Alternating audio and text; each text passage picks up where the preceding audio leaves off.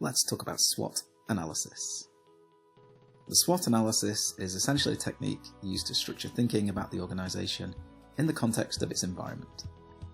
You can even carry out a personal SWOT to help generate ideas and focus on your own future plans. So SWOT is an acronym that stands for strengths, weaknesses, opportunities, and threats. There are many applications for the SWOT technique, which becomes even more powerful when used in conjunction with other tools such as a pestle analysis. Traditionally, the SWOT is arranged in a 2x2 grid with the strengths and weaknesses arranged on top. These represent the internal focus of the analysis and are concerned with the organisation itself, although this should still be relative to the market. The opportunities and threats provide an external perspective. Let's look at these further now. Strengths then. So, what relative advantages do you have?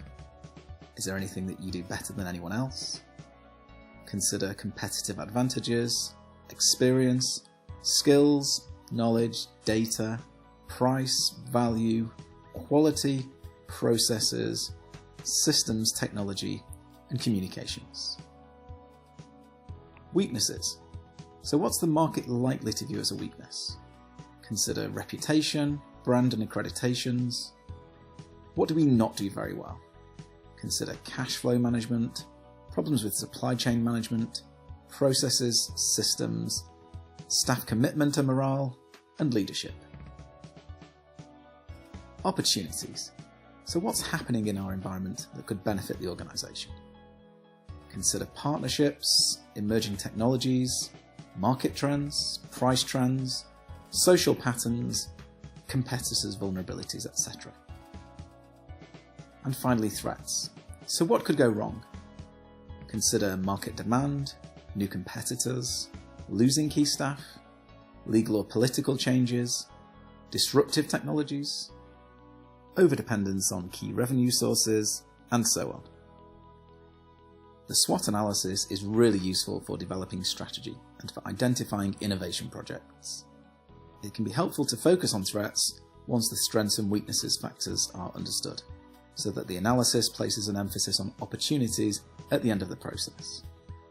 The positive energy of this focus naturally allows the team then to start generating ideas based on exploiting strengths to maximise opportunities and minimise threats. So how do you use the SWOT analysis? Firstly, assemble a team to provide data, input and stimulus. The more diverse the team, the better the analysis will be. Brainstorm each element of the SWOT. In larger groups, it helps to create 4 subgroups and allocate each with one of the elements.